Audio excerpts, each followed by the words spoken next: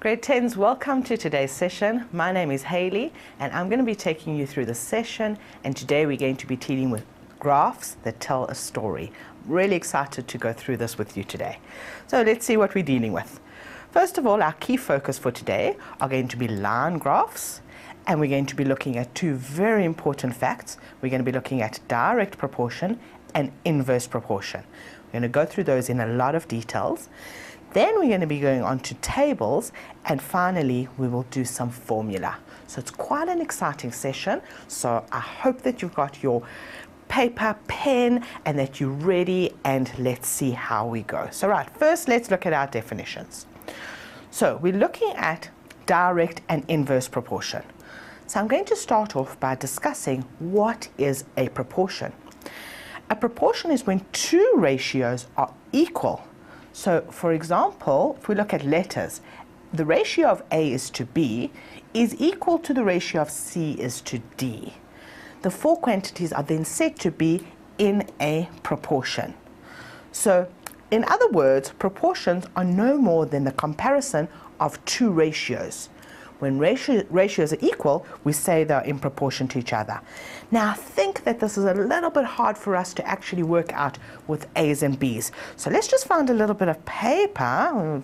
Don't look at my graph. Let's just find a little bit of paper, and let's see what I mean. So I said A is to B is equal to C is to D. Let's just change that into numbers. So if I look at the ratio of 1 is to 2, okay, and I make that equal to 2 is 2, and now let's see, let's move my 2 here, and if you remember our ratio lesson, we said, well, what do we do to the 1 to get to 2? We times it by 2, and we do the same thing this side, so we get 2 is to 4. So those are the two ratios that are in proportion. Okay, as the one is increasing, the other is increasing in the same amount. So I'm going to delete this because I'm sure we're going to need this place later. And let's go back up to our definition. So we've got two types of proportion. Direct proportion. Two quantities are said to be in direct proportion as the one quantity increases. Okay, we're going to do with increases first, so let's just ignore that for now. The other quantity increases. So as my one goes up, the other goes up. That is a direct proportion. Now let's look at, instead of increasing, as my one quantity decreases, my other quantity decreases. And there it is. So as the one goes down, the other goes down. That is what we call direct proportion.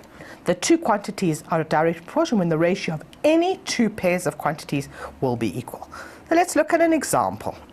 If we have one ice cream cone costing us, let's change our pen color, costing us R2.55, then two ice cream cones is going to be more or less than one ice cream cone. Okay, so each ice cream cone is costing me R2.55, then I'm going to increase my amount that I'm paying for two cones. So 2 costs me R5.10. Now can we see that this we doubled and that we doubled? So we times by 2. Let's look at the next one. 5 ice cream cones. Well, what are we going to do?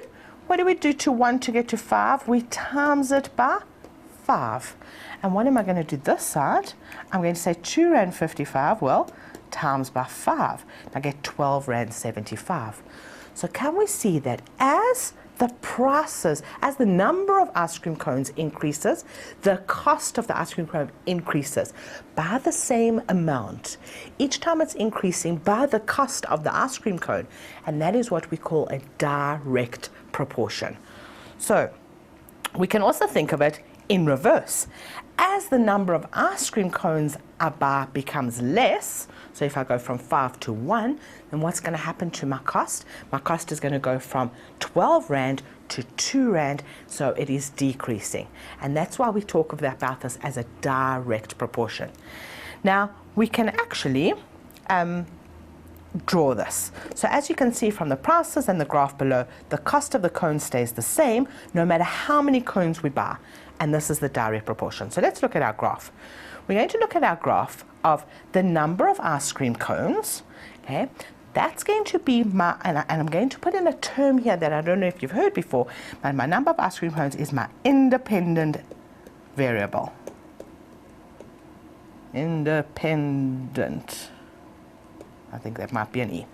Independent. Yes, let's put it as an E. It's my independent variable, my number of ice cream cones. Why is that independent? Because I can change the number of ice cream cones that I buy. I can change the number of ice cream cones that I look at, and it's not going to have any effect.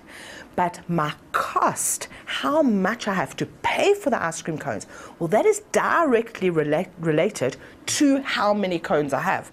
So my cost is actually my dependent, because that is dependent on how many cones I have. I'm not going to pay R2.55 if I have 10 ice cream cones.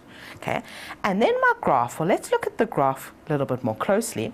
I start at 0, and why do I start at 0? I'm going to change this color, a different color here. Why do I start at 0? Well, quite clearly, if I don't buy any ice cream cones, I've got 0 ice cream cones, then I don't have to pay anybody any money. So I've got 0 rands. And be careful when drawing graphs, because they're not always at 0. But in this case, we can deduce that it is 0 because no cones, no money. But if you don't know it, if it is 0 and 0, then rather leave that value out.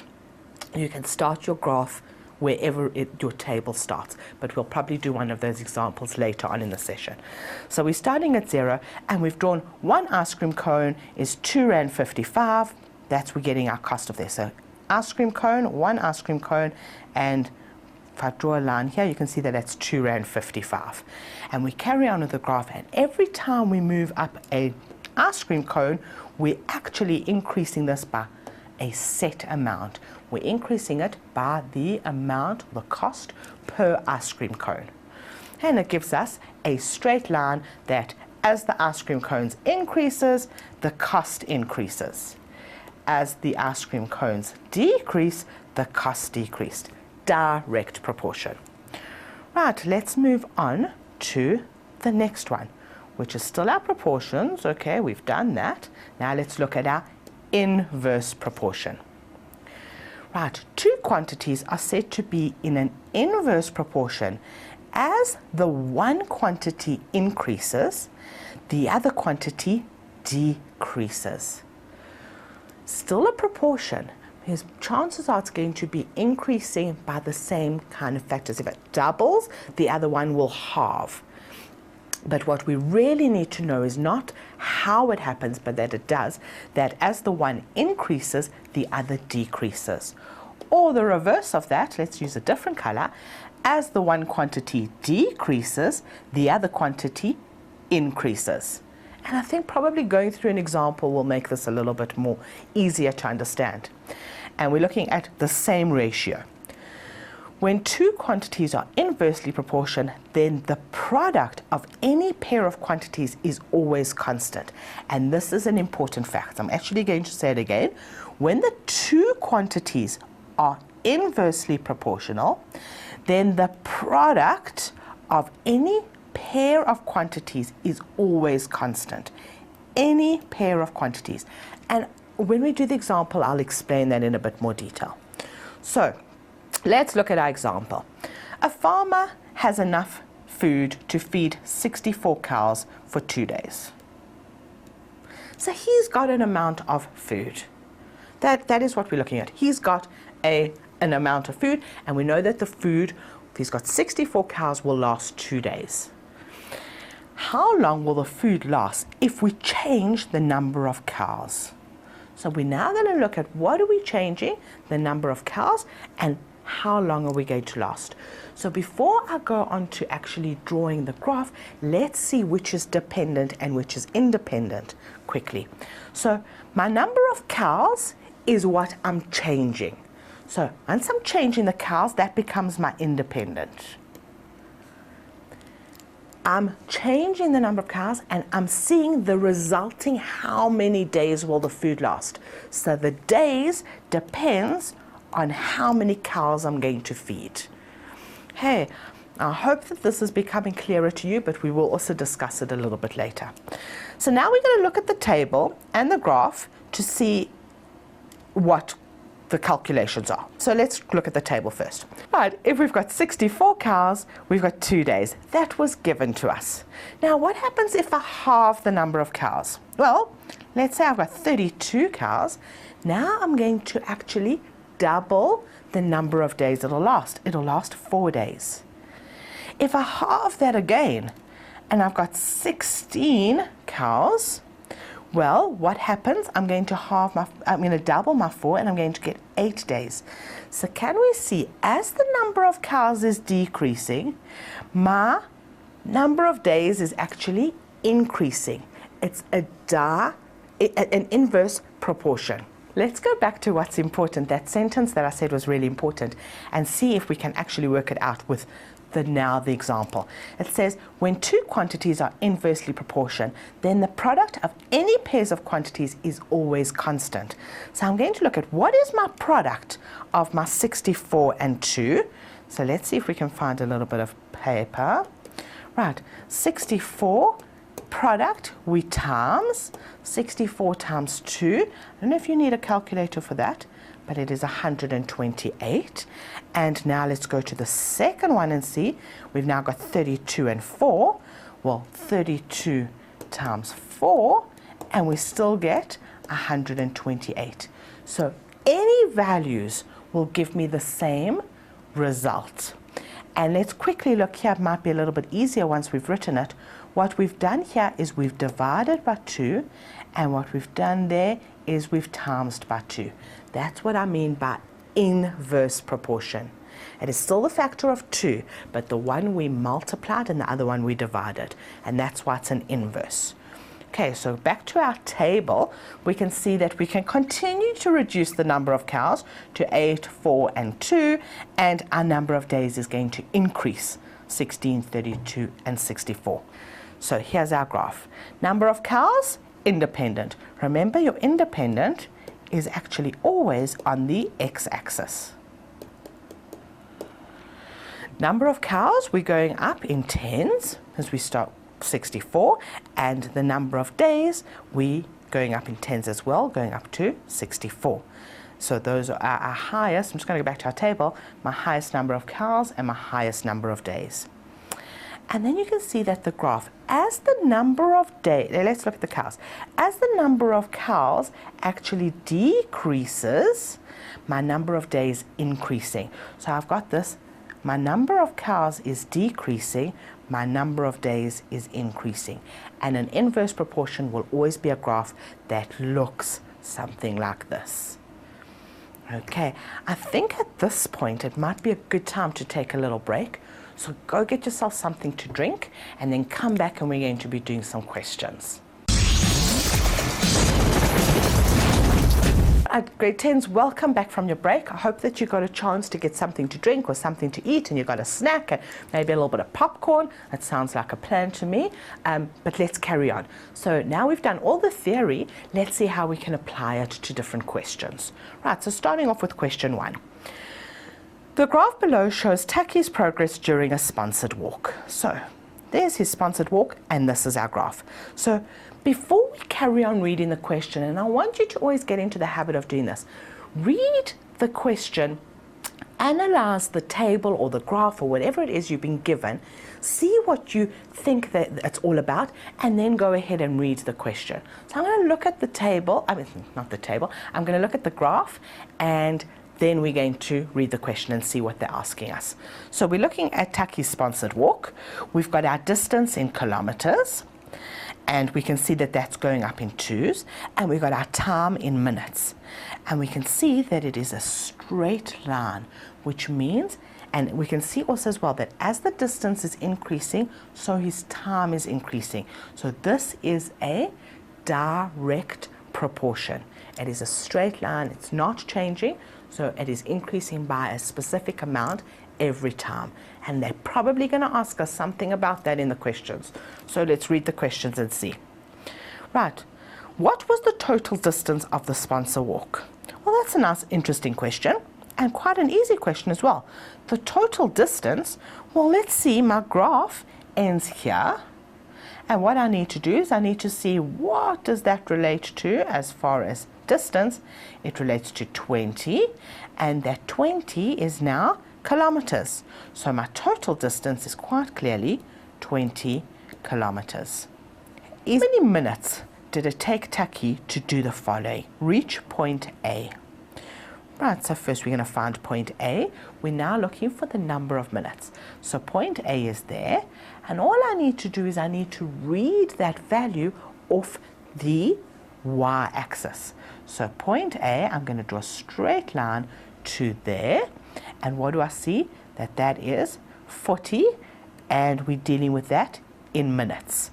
So quite clearly, reach point A took him 40 minutes.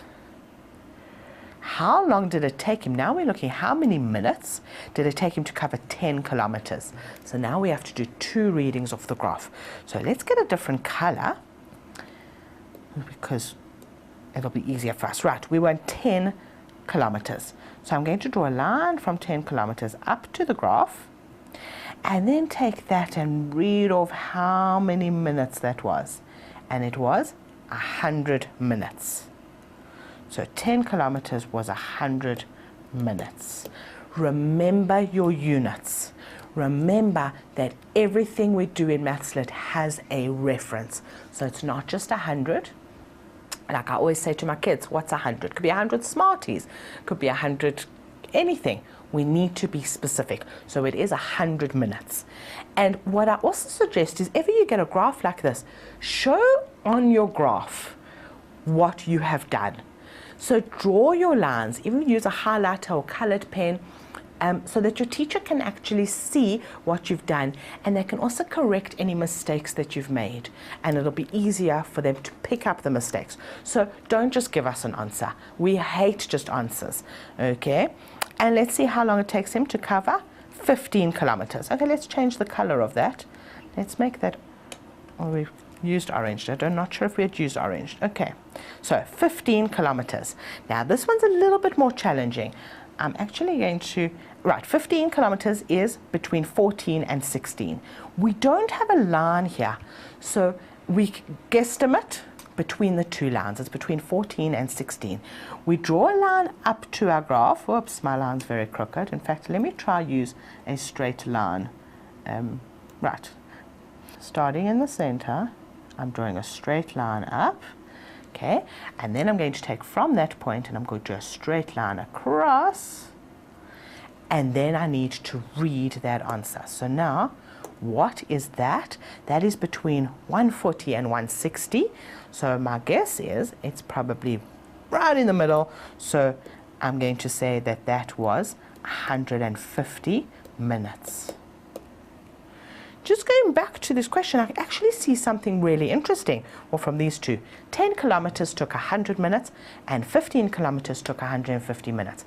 So I can see that my proportion is actually correct. I wonder if they ask a question about it. Let me move on to see if they do. I don't think they do. Now calculate the time. So I'm going to go back and just discuss that for a second. So my proportion clearly is every kilometer that I'm walking is taking 10 minutes. Because if I take my 100 minutes and divide it by 10, I'm going to get 10 minutes per kilometer. And that's basically the rate that we're walking at. So it's just an interesting thing for me to see. I kind of normally see these numbers, but then I know that my 150 is probably correct. Because why? I knew this was a direct proportion. It was increasing at a set rate. So I can see that 15 should have been 150. Right, let's see what the next question is. The next question says calculate the time. Now this one says in hours, and that's probably really important, that Taki took to complete the race. Round off your answer to 1 decimal place. So let's see first of all how long it took him to complete the race.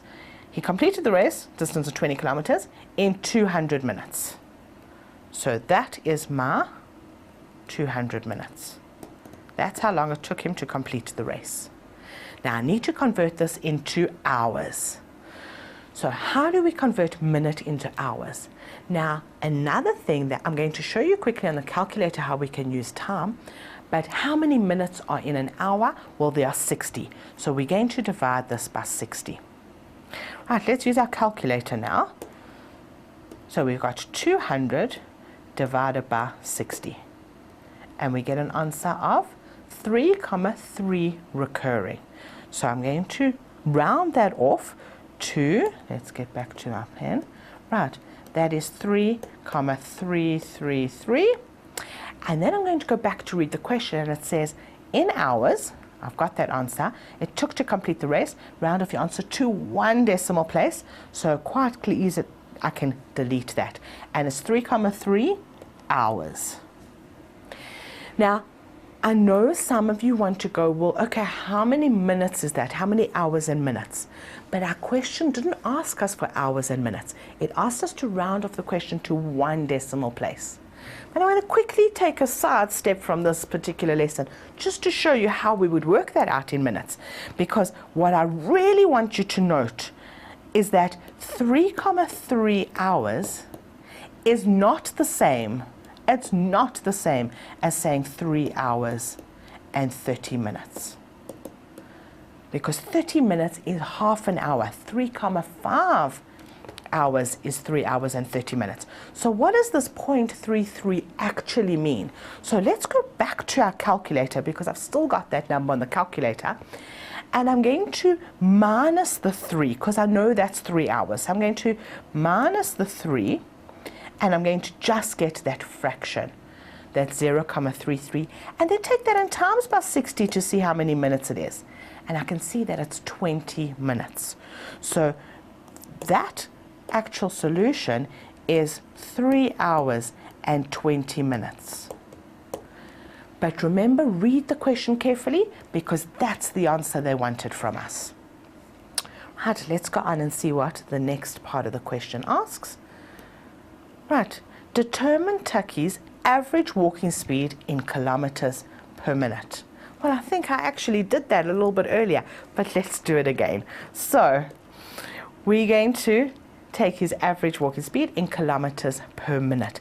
Now, be careful of things like this, because we don't really talk about kilometers per minute unless we're talking about a race. What do we normally refer to? We normally think about speed as kilometers per hour. Why? Because when we're driving around whatever area you're in, you see the signs that say 60 kilometers per hour or 120 kilometers per hour, or we know that our speedometer in our cars, that tells us a rate per hour. So we don't often talk about kilometers per minute, but in this case, that's what they want. So that's the rate we're looking for. So I'm going to I can take any value off the table. I'm going to take the final value. So first of all, let's look at this kilometers per minute. We're basically looking at kilometers divided by minutes. That's what kilometer per minute means. So I'm going to take how many kilometers did he travel? He traveled 20 kilometers, and how many minutes did he do it in? And it was 200 minutes. So they want to know how, right, per minute, how many kilometers he went. So let's take that calculation, 20 divided by 200, and we get an answer of 0,1. So my answer here is 0,1 kilometers per minute. Now let's go back a second to see, but wait, I did a different calculation, and I worked out that we used 10 minutes per kilometer. So is that answer the same as the other answer? And why do I get these two different values? Well, remember, this I'm looking at how many minutes did it take him to travel 1 kilometer, where in the second part, in this calculation, I'm saying, no, that's not it. I'm saying, well, how many kilometers did he travel in 1 minute? And it definitely does make a difference. It's kind of the inverse It's the inverse of what I've said. So the one I'm looking at how many kilometers in 1 minute, and in the other example I had 10 minutes for 1 kilometer. And those basically are the same thing. Okay, let's move on to the next part of the question. Right, Taki completes the walk in 200 minutes. I think I want to change color. He completes the walk in 200 minutes. The winner completes the walk in 80% of Taki's time. Calculate the time taken by the winner to complete the walk. Right, so Taki does it in 200 minutes. So we've got 200 minutes for Taki. We know that the winner completes it in 80% of his time. And remember percentage, we always multiply. Always multiply by a percentage. And while we're just discussing percentage, this is really something that you need to be very comfortable dealing with percentage, because percentage comes up over and over and over again in basically everything that we do. So make sure that you remember those simple little skills that we taught you about percentage, and practice, practice, practice. Right, let's get our calculator out. I think I'm going to need that. 200 times 80%. Right, and I get an answer of 160. So let's go back to that. My answer is 160, and 160 what? That's 160 minutes. I'm going to go back and reread the question. It says, the winner completes the walk in 80% of Taki's time. Calculate the time taken by the winner to complete the walk. Now, they haven't asked us for the number of hours. They haven't asked us for the number of minutes. They haven't been specific at all. So 160 minutes, I can leave my answer like that. And get into the habit of doing that. Don't try and take it a little bit further and say, well, how many hours that is? Because if you make a mistake, then you've got a problem. Where this is easy, we've got an answer. Minutes is time, so leave your answer as 160 minutes. Okay, let's move on to our next question. Right. We're dealing now with a group of colleagues. Let's change color again. A group of colleagues work for the same company. They want to organize a carpool so that they can travel together to help reduce traffic congestion on the road. Brilliant concept. Wish there were people living close to me that I could actually do this. The estimated cost per person is shown in the graph below. So first of all, let's look at our graph. So, can't put my whole graph on the paper, it's a pity. I've got the estimated monthly traveling cost. Let's look at what is my independent variable. It's the number of persons per car.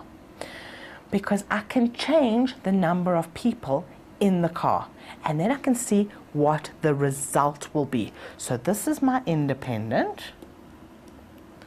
It's the number of people per car, and I can clearly see that I'm going from 1, 2, 3, 4, 5, and we end at 5.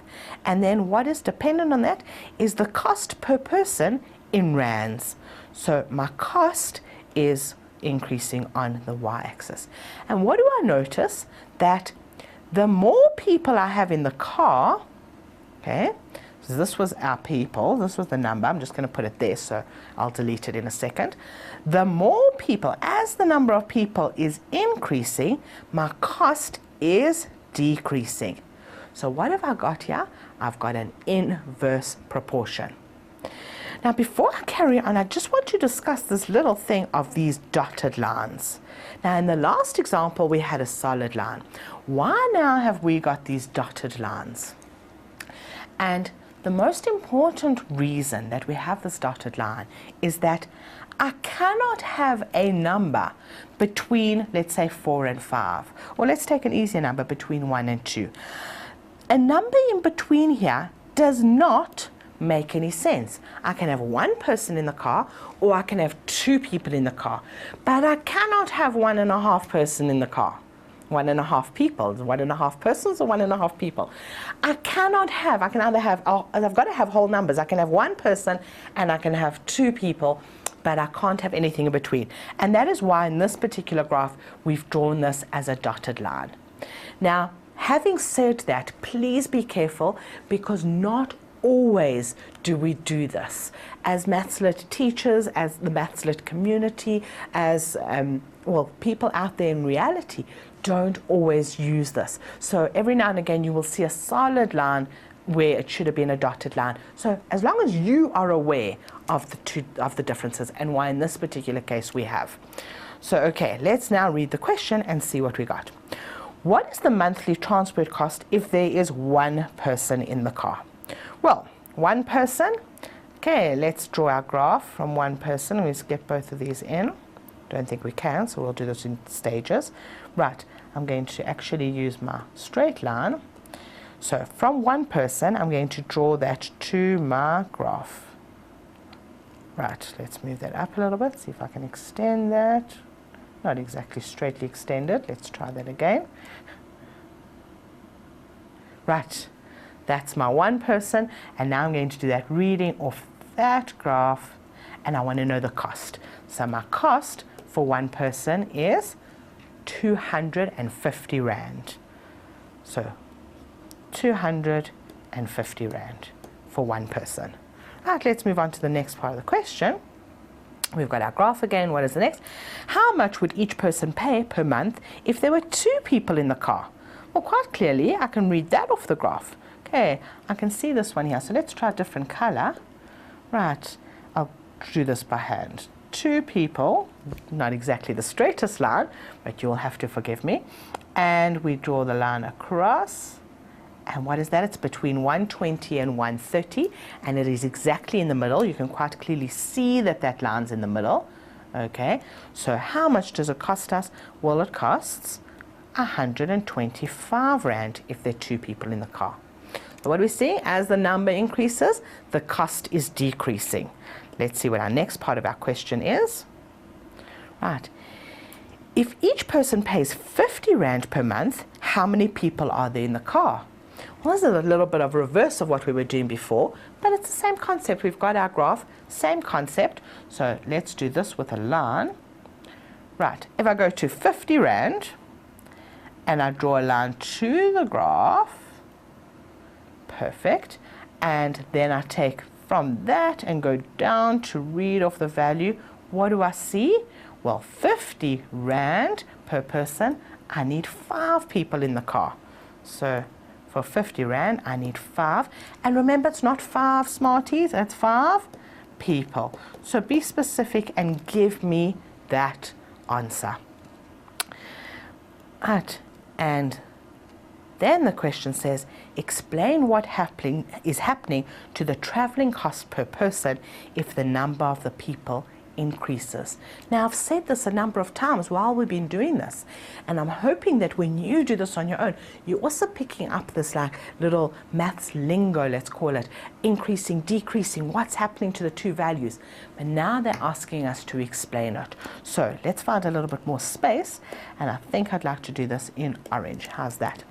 Explain what is happening to the traveling costs per person if the number of people in the car increases. Well, let's just revise. We had one person, and it was 250. With 5 people, it was 50 Rand. So that's just a quick revision. Now, how do we write that into words?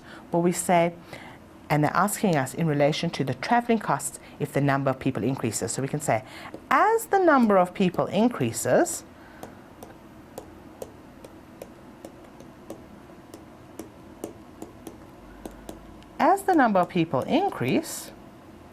what's happening to the cost?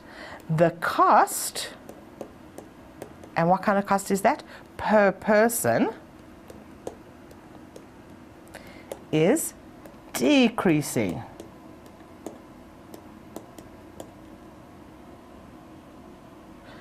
As the number of people increases, the cost per person is decreasing.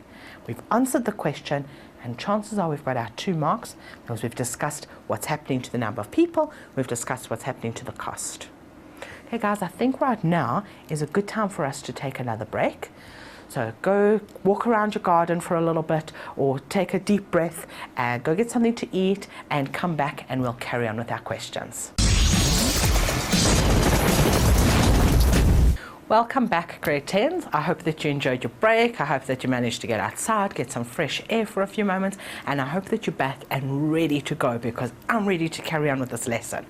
Hey, so we've just done 2 examples, and before I take you to the next example, I want to actually discuss some hints about drawing graphs, because it's really important. The 2 examples that we've just done, they gave us the graphs. So now we need to be able to draw our own graphs. So let's see how that goes. Right. When drawing a graph, you need to keep the following in mind. So first of all, sometimes they're going to give you a grid paper that has been completed for you. What do I mean? Your x-axis and your y-axis have been labeled, they've been numbered, you've got a heading, and all you need to do is actually plot the graph. But other times they're just going to give you a blank piece of graph paper or grid paper, and you're going to have to do it yourself. So we're going to go through all the rules that you need to apply whenever you draw a graph. So firstly, when we need to draw a graph, we need the points to plot. Well, that's the most important part of a graph. These points are called the coordinates. Now, I don't want you to get bogged down by this term, because what we do is to keep the coordinates organized in Maths Lit, we always use a table. So in actual fact, it is much easier than thinking about an x-axis and a y-axis value, but rather we're going to be looking at a table, and we're going to have all our values in a table. So let's look at it as example. We've got the number of chocolates. Clearly, by the end of the session, you guys are going to want chocolate. So if you haven't had any chocolate, I'm sure at the end of the session, you're going to want to go out and buy chocolate, because this is the second time we're dealing with chocolate bars. But now we've got a different price. So 1 chocolate bar costs us R4.50, 2 costs R9, 5 costs R22.50, and 10 costs R45. What can I see from this graph? Before I carry on, let's go back to what we did before. This is a direct proportion. As my chocolate bars are increasing, so my costs are increasing. So that's, now, what do I mean by my coordinates? My coordinates are, well, for when the number of chocolates is 1, then my cost is R4.50. So in actual fact, on my graph, my number of chocolates is going to be my x-axis, and my cost is going to be my y-axis. And why do I say that? We'll become clear in a second. The independent variable is plotted on the x-axis, the horizontal axis, for those of you that are struggling. So when we've got our graph, that's my x-axis and that's my y-axis. And I always like to think of my y as this long line going down of the y. That's my vertical axis. Right, so why is the chocolate bars on the x-axis? Because it is independent. I can choose any random number of chocolates. So chocolate bars can be chosen at random. And then we're going to look at what is the resulting cost for that many chocolate bars. So my cost is directly dependent on the number of chocolate bars that I have. And for you to calculate your independent and dependent variable, it's always nice for you to think about, what can I change? And then what are the consequences? So the consequences, or the result of what the change I made, is always dependent on the change. So what I can change at random is my independent variable. And what the result is always going to be your dependent. I hope that makes it a little bit clearer. So the dependent variable is plotted on the y-axis, that's the vertical axis, and in this case it's our cost.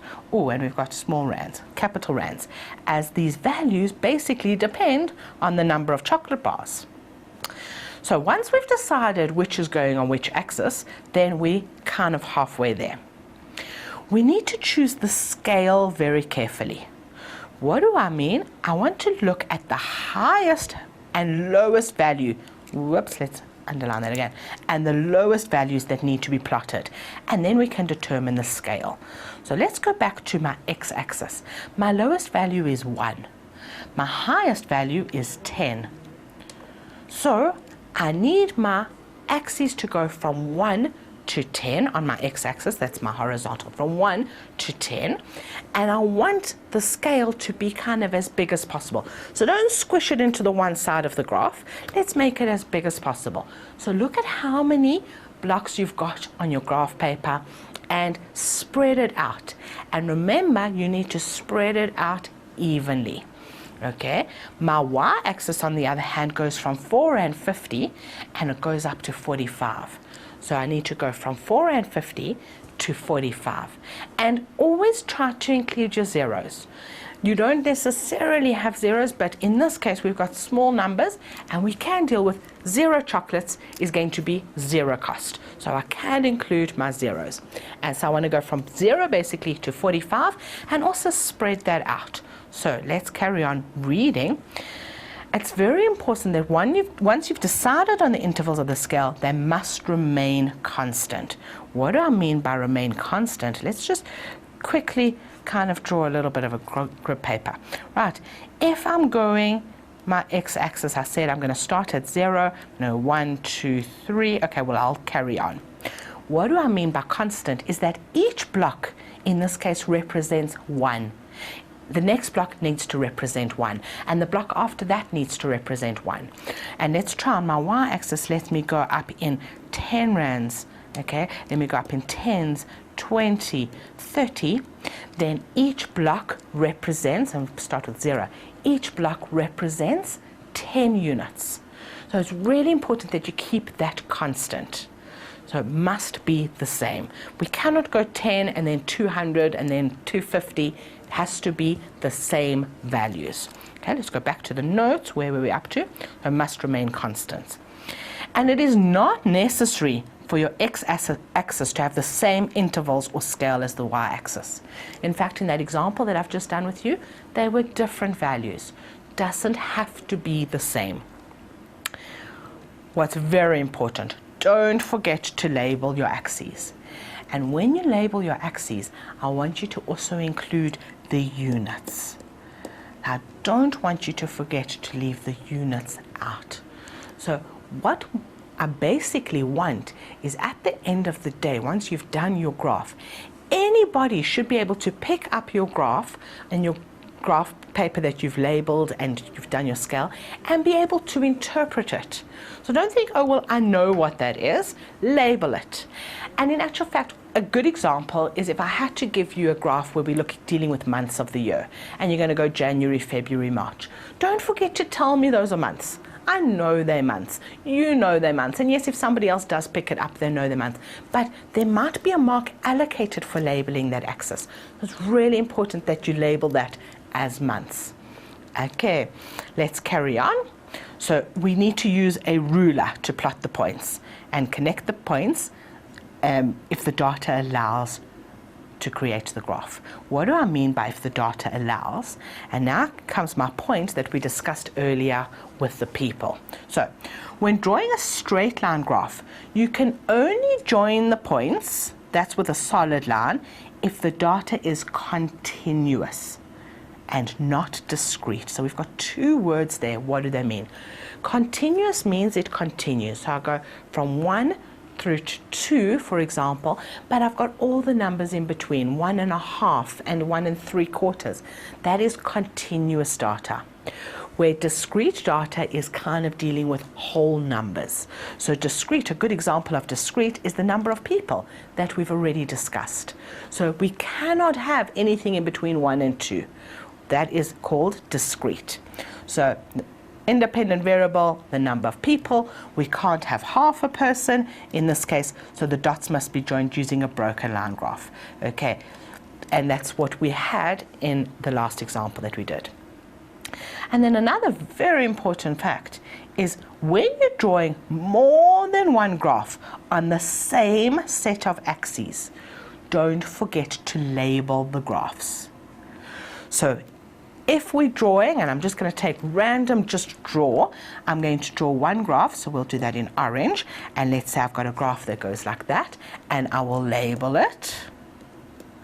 And then if I had to draw another graph on the same set of axes, and let's say it goes that way, and I need to label that graph as well.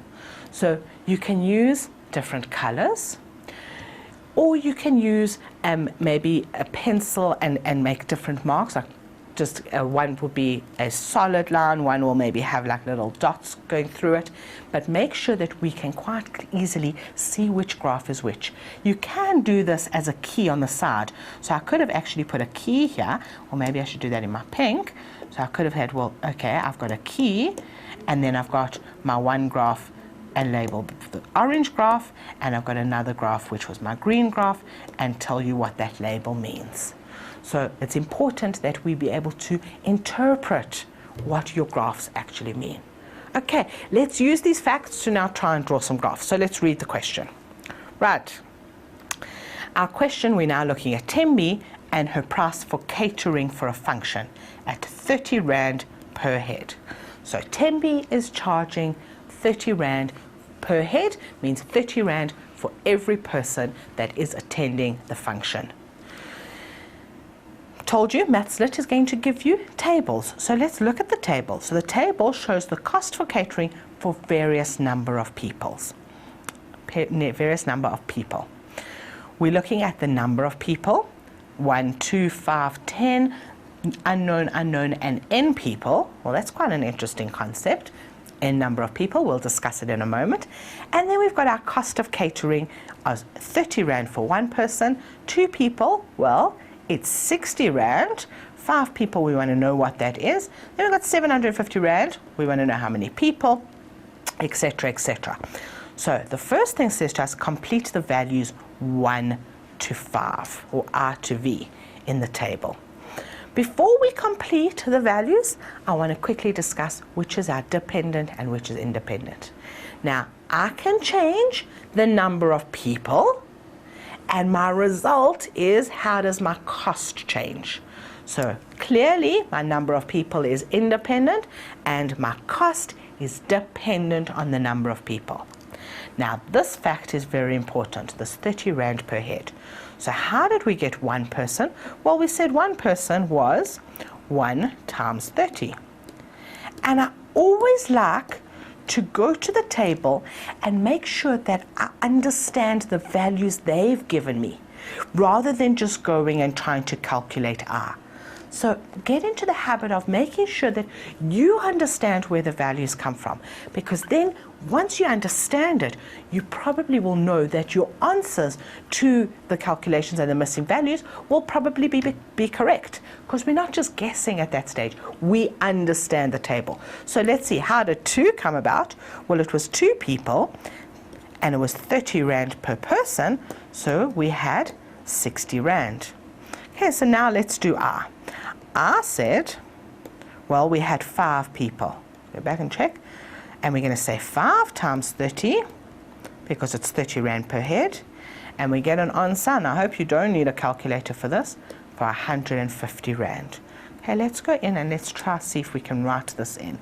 Let's use a different color, and it's 150 Rand. Right, let's do 10.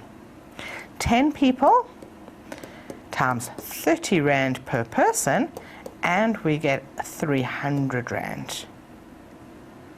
So 300 Rand. Now I can work out my 750 Rand. Now I can base it on the values I've got, but it's quite easy for me to see that I've got the number of people, because this is what I've been doing so far, times my 30 Rand is equal to, well, what was my answer there? I needed 750. So how do I get my number of people on their own? I need to get that on its own. So I need to get rid of this 30, and I'm going to do that by doing the opposite of what the 30 is doing. So I'm going to divide by 30, because those then cancel, and I need to do that on the other side. And this is what's so nice about these tables and these values, because we're dealing with proportion. So we can deal with them like we do fractions. So 750 divided by 30. Now we might need a calculator, so let's do it on the calculator. 750 divided by 30 people, and we see that's 25 people. Okay, so let's go back here. This is 25 people. 25 people, don't forget the units, and we can write it in here, 25. Okay, 900, we're expecting it to be greater than 25? Well, I don't need to write that out again. So what I'm going to do with this is I'm just going to say, well, okay, I'm going to go to that point.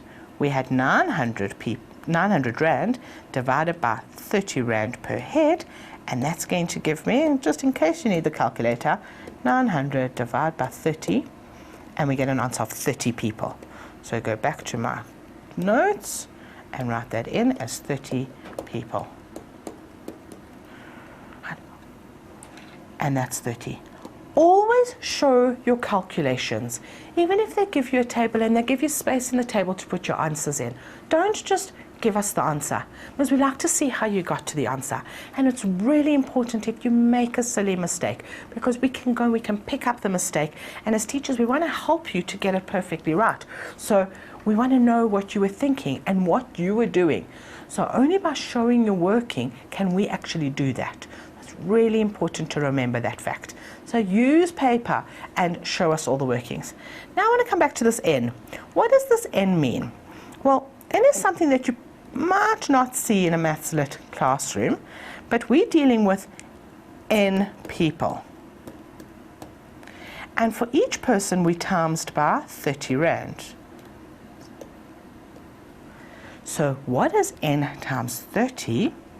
It basically gives us 30N. And that will be my answer to that, 30N. Hey, now we've done all the calculations that they've asked us, and 10 marks is really nice. Know that we've got this correct. So that's wonderful. Let's move on to the next part of this question. Right, the question says name the dependent and independent variables. Well, I'm glad that we've discussed it already, and this is what I want you to get into the habit of doing.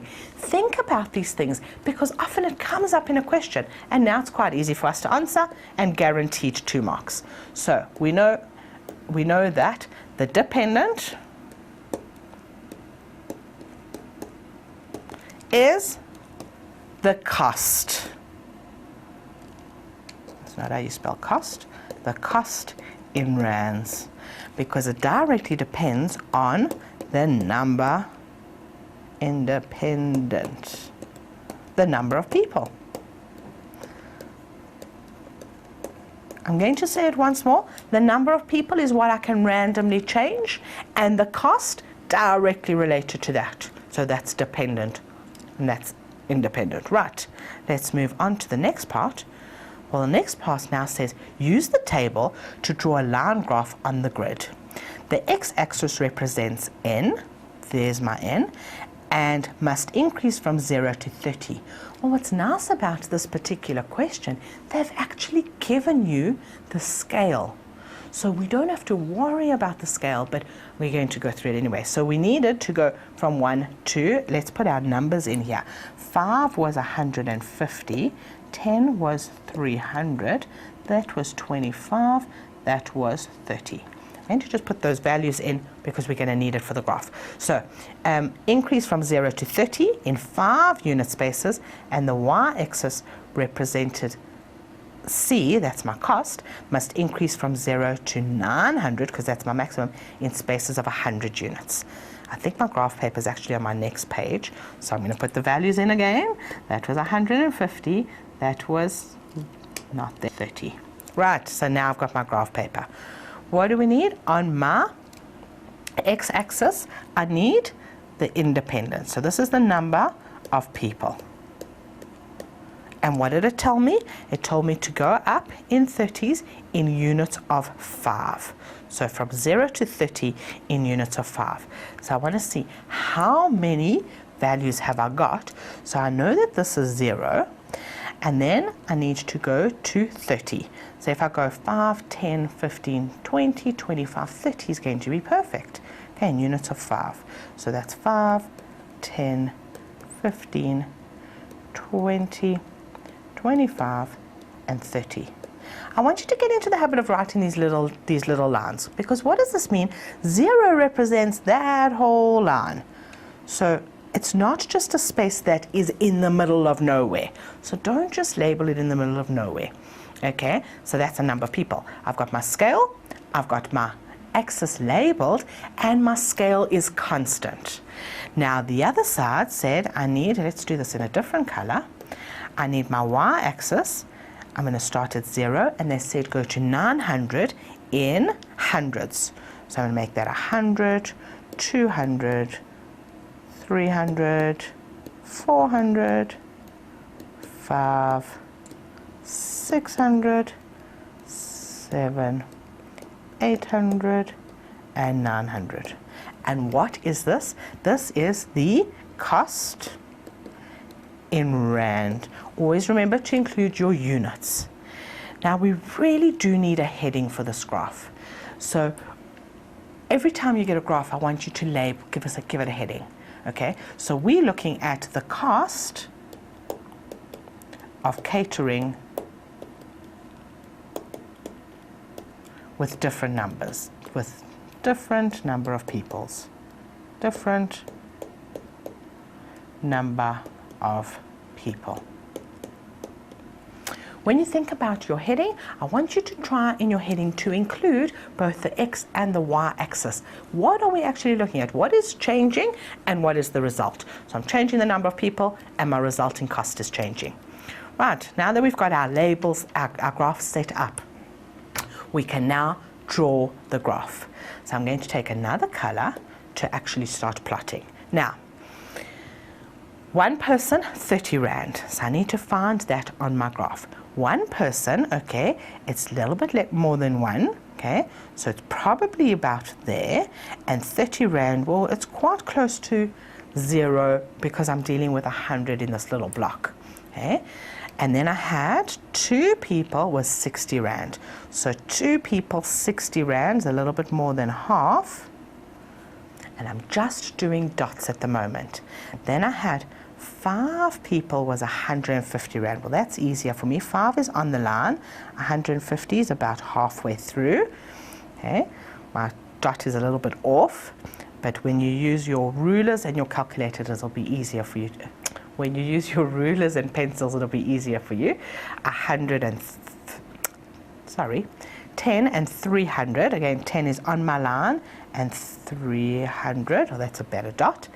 And I carry on doing this, 25 and 750, 25 and 750 is halfway through about, and then 30 was 900. 30 was 900, so it should be on the dot. Right, and now, what are we dealing with? Well, we are dealing with people, but we kind of have this it is a continuous line because I have got numbers in between these values. So even though I said to you, you can't have 1.5 people, because I'm dealing from 5 to 10, there are numbers in between. There's 6, 7, 8, and 9. So I'm going to draw this as a solid line. So I'm going to now get a line, and I'm going to start. Right, 0 is where we start. I'm going to try join all these dots. Right, and there we've joined the dots, and that is my graph. Okay, easier for you to do with a ruler. So we've now drawn the graph. What else did they ask us to do? Let's go back and check. They just asked us to draw the graph. Use the table to draw the line graph on the grid and the axes. Right, so we've done that perfectly. And that's our graph. Have we labeled everything? We've got a heading, we've got our axis labeled, we've got our scale correct, and we've got the graph drawn. Let's move on to the next part of the question. We've got our table again, we'll put in our values, but the question says, if it costs 10B 27.43 rand, so let me see, I've got a pen here, 27.43 rand per person, how much profit does she make if 100 people are catered for? Well, that's quite an interesting question. All of a sudden they're throwing in profit, which we haven't been doing. We've been doing graphs. And this is what's important, is that they are going to do that because what Tembi makes is actually really important to her. So we're going to quickly look at her profit. So what is profit? Let's discuss that quickly. She is charging 30 rand per head. It's costing her, so that's what she's charging. It's costing her 27.43 rand. That is her cost per head. So the profit that she makes is the difference between what she's charging and how much it's costing her. So let's work out the profit for one person. Profit for one, how am I writing this? For one person. For one person. So her profit will be what she's charging minus what it costs her. And let's use our calculator for that. So it's costing her, she's charging 30 Rand and it's costing her 27 Rand and 43 cents. So she is making 2 Rand 57 per person. So our answer to that is 2 Rand. Our cost per person, our profit per person is 2 Rand 57. Now what did the question ask us? If she caters for 100 people. So that's for one person. Now we can times that by 100 to see what her profit will be. And we've got our answer there. Times that by 100 people, and we see that she makes 257 Rand. And then you could go into a whole debate and kind of think, is it really worth her while to cater for 100 people and to make a profit of only 257 Rand? But that's probably another session altogether. So we're going to leave it at that's the profit that she makes. Not sure that it's a good business for her, but we've done the maths of it and we've done that perfectly. So let's move on to our next question. Right. Tuli fell off her horse and broke her leg very badly. She has to use a wheelchair until she can walk again. She can hire a wheelchair from co-med suppliers or from help medical suppliers. The tariffs are set out in the table below. So what have we got? Let's read our table. Remember I said to you, whenever you get a table, I want you to be able to analyze the table and see what does the table actually say. So let's go through the table carefully. Right, we've got two different medical suppliers. We've got co-med medical suppliers and we've got our help medical suppliers. So co-med charges a basic minimum charge of 150 Rand and then they charge 21 Rand per day. Whereas help medical suppliers charge a basic minimum charge of 220 Rand and then they charge 16 Rand per day. So clearly we've got two different values there. We're looking at our basic charge, and the basic charge is how much it's actually going to cost you to get the wheelchair, irrespective of how many days you have the wheelchair for. So we can see that co-med is cheaper than help medical supplies for that part. And then they've got a cost of the wheelchair per day. So on top of your basic cost, you're also being charged for a per day cost. And that per day cost, we can see now that help medical suppliers is cheaper. Is this kind of getting a little bit of bells ringing in your head to think, what are they going to ask? I think they're probably going to ask us, well, which one works out cheaper for Tuli and which medical supplier should she use? So let's see what the question actually says. First of all, it says, write a formula for calculating the cost when hiring the wheelchair for days from co-med medical suppliers. So whenever they ask you for a formula, let's think about what does the cost involve. So they're asking us for the cost, and they want that in the terms of C. When hiring the wheelchair from co-med, so we're only dealing with co-med, well, what are our costs? Our costs are a fixed cost of 150 Rand, plus we've got a cost of 21 Rand times the number of days. Now what's really nice about MathSlit is you can leave your formula like that. You can leave it with words. It's actually really important that you write it in words. It's quite a useful skill. So it's 150 Rand fixed cost plus 21 Rand the number of days. But if they ask for a formula in terms of letters, what have we got? We've got our cost, that's C. When hiring the wheelchair, well, it's still my 150 Rand, plus, I'm going to use the D for days, 21 Rand times D. And in fact, it might be easier for us to think about this without the rand signs and say our cost is 150 plus 21D. Okay, and that's the formula. But like I said to you, if you write it in words, that's perfectly fine and it's acceptable, and in actual fact, it's a perfect formula for this scenario that we have. Okay, let's move on to the next part of the question. The question says, calculate the cost of hiring a wheelchair for 14 days from Help Medical Suppliers. Now, every now and again, they do something funny. In the last question, they asked us for a formula for calculating for COMED. And then in the next question, they want us to now work out how much it's going to cost for 14 days for the Help Medical Supplies. So what am I going to have to do first? I'm actually going to have to work out an equation for hiring from Help, because otherwise I'm not going to be able to calculate my 14. So let's do that again. Let's work out the equation. So my equation from Help is my cost is my basic cost, which I've got 220 Rand, plus 16 Rand per day. So 16 Rand times the number of days. And I'm going to leave this in words. Quite happy with it in words. So now let's substitute in our values that we've got. We've got our cost is equal to my basic for just taking the wheelchair, plus I've got 16 Rand and now I want 14 days.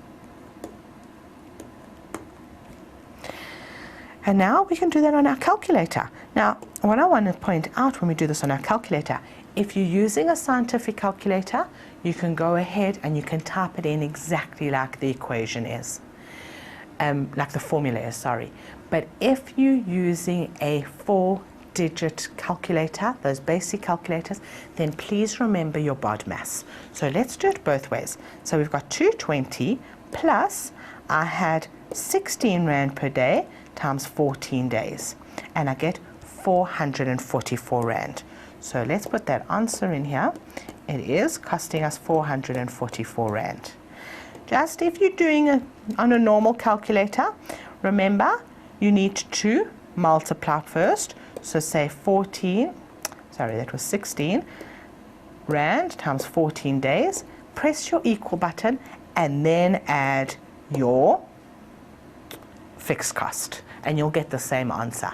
But don't forget BODMAS, you need to multiply before you add. Right, so it's costing us 444 Rand. Have we actually answered the question? It says calculate the cost of hiring it, and from Help Medical Supplies, we've got the answer. Right, let's go through and look at the next question. What are they asking us? They say, use the information in the table above to calculate the missing values in the table below. Now, before we carry on, let's see what the table actually gives us. So this table is giving us the number of days the wheelchair is needed, which I'm going to take a quick guess is that's what I can change. So that makes it my independent variable. And I've got 0, 5, 10, and 15. And then I've got two things which are dependent, which kind of is a little bit strange because so far we've been dealing with one. So let's go one at a time. I've got the cost of hiring the COMED suppliers, 150 Rand, 255, C, and 465. And then the cost of hiring from Help Medical Suppliers. So clearly I'm going to be looking at a graph which has two values, which has a comparison between the cost of both of the medical suppliers. But they've asked us to calculate the missing values. So let's go through the missing values and we're going to check A. Now A's missing value is in Help. Now good thing that earlier we did an equation for, a formula for Help, sorry.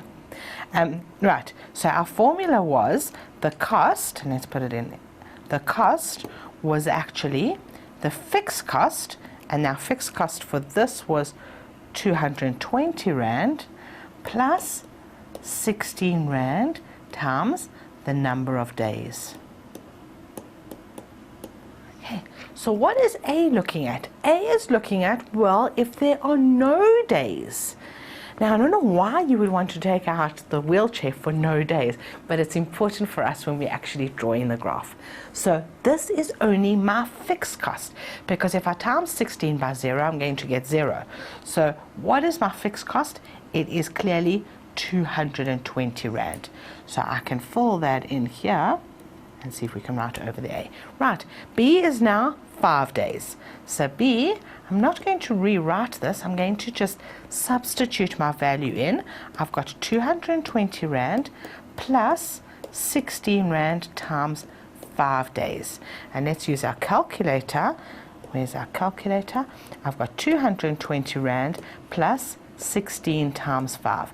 Now guys, remember, if you're using a non-scientific calculator, that you need to do BODMAS. So that is 300 Rand. So where to one place? 300 Rand. And I want to see all your calculations. So let's write that in here. 300. Now C is dealing with COMED, so I'm going to leave C for a moment. I don't have to do things in order, and it's really nice for me to carry on just working through help. So I'm going to do D next, because I've already got the formula. Now they're asking me for 15 days, so all I'm going to do is change the number of days. So I've got 220 plus, plus my 16 Rand times 15. And now on my calculator, I can actually go into my calculation and just change that to 15, and I get 460. So we can get that 460.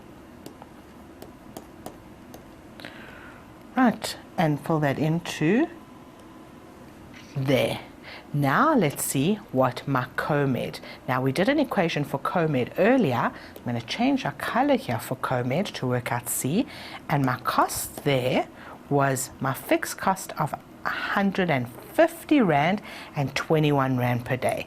So my cost was a fixed cost of 150 Rand plus 21 Rand times the number of days. And what are we looking for? 10 days. So it's actually, the cost is my fixed cost of 150 plus 21 Rand times 10 days. Not sure if you need a calculator to do it, but let's use the calculator.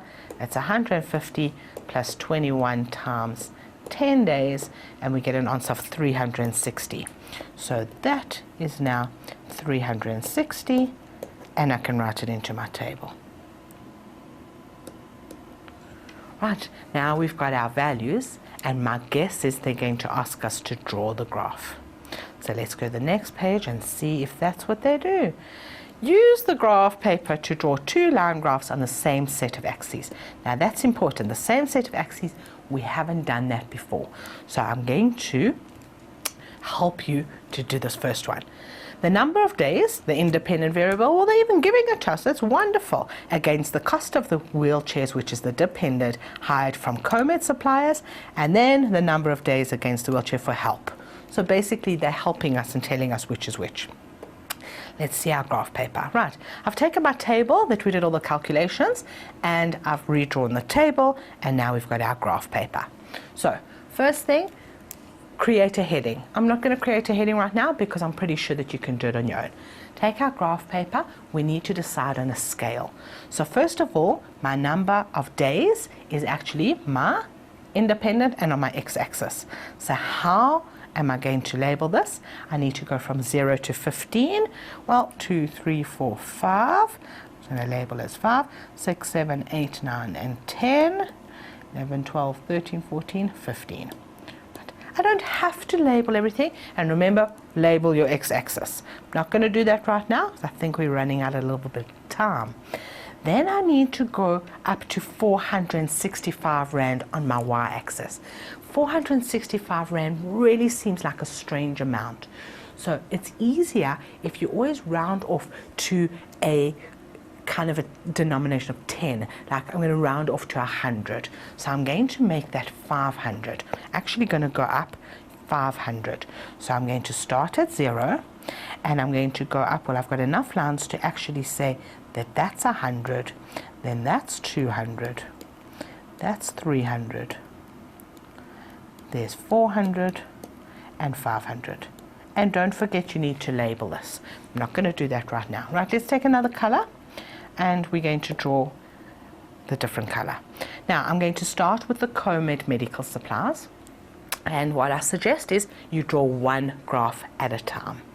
So 0, let's see if I've got my space in here. 0 is 150. So 0 is 150, starting on the dot. 5 is 255. Okay, so that was 5. 255 is just a little bit higher than 250. 10 was 360, so I've got me as my 350. A 360 is a little bit more than that. And 15 was 465, which is a little bit more than 450. Now, before I start drawing the next graph, I really want you to actually join these dots. So we're using green to draw. Let's use this now, and this is green. So I'm going to start at that point, and I'm going to join the dots, and hope that my dots all join. And there I've got my graph. And then don't forget to label this. So this is Comed. Right, and then I'm going to do the next one, and the next one is my help. So let's now get a different color. So we'll go with pink this time. Okay, and starting at 0 was 220, so it's just above 200. Okay, then 5 is 300, so 5 is on the dot. 10 is 360, so it is just a little bit. Okay, 10 is 380, it's just below 400, and 15 was 460, it's just below there. Right, and now I'm going to take my line and draw that in blue, so joining that dot, or join all these dots, and okay, one was a little bit out, and there we've got our second line, and label that. So let's label that. Now, I don't think I've got a blue pen, so we'll just have to label it in orange, or let's label it in pink. So this is my help. Right, now that we've drawn the graph, I just want to discuss this for a moment. What can we quite clearly see from this? Okay, we can see that up to this point here, okay, let's do this in big. Up to this point here, we've got the green graph is cheaper. So which is the green? It's Comed. So Comed is cheaper up until about just over 12 days. Comed is cheaper. Then the Comed becomes more expensive and help becomes cheaper. So at this point, help is more expensive than Comed. And that's an important point to note, that and where the two actually touch is where the price of the two would be the same. Hey, now I hope that you've got from this how to draw two graphs and what the two graphs mean. And don't forget label, and don't just put all your points in and then try connect them, because you're going to get confused. So do one and then do the second one. Okay, I think this is a perfect point for us to actually end off our session. So what we've done today is we've done graphs, we've looked at our independent variable, our dependent variable, how to draw a graph, how to interpret tables, what the difference is between a proportion, whether it's a direct proportion and inverse proportion. We've done a hell of a lot. So I hope that you've kept up with me the whole time. And what I really want to see is I want you to see you practicing this, because the more you practice, the better off you will be. And good luck with this part of the work, and I hope to see you again soon. Thanks for tuning in. Goodbye.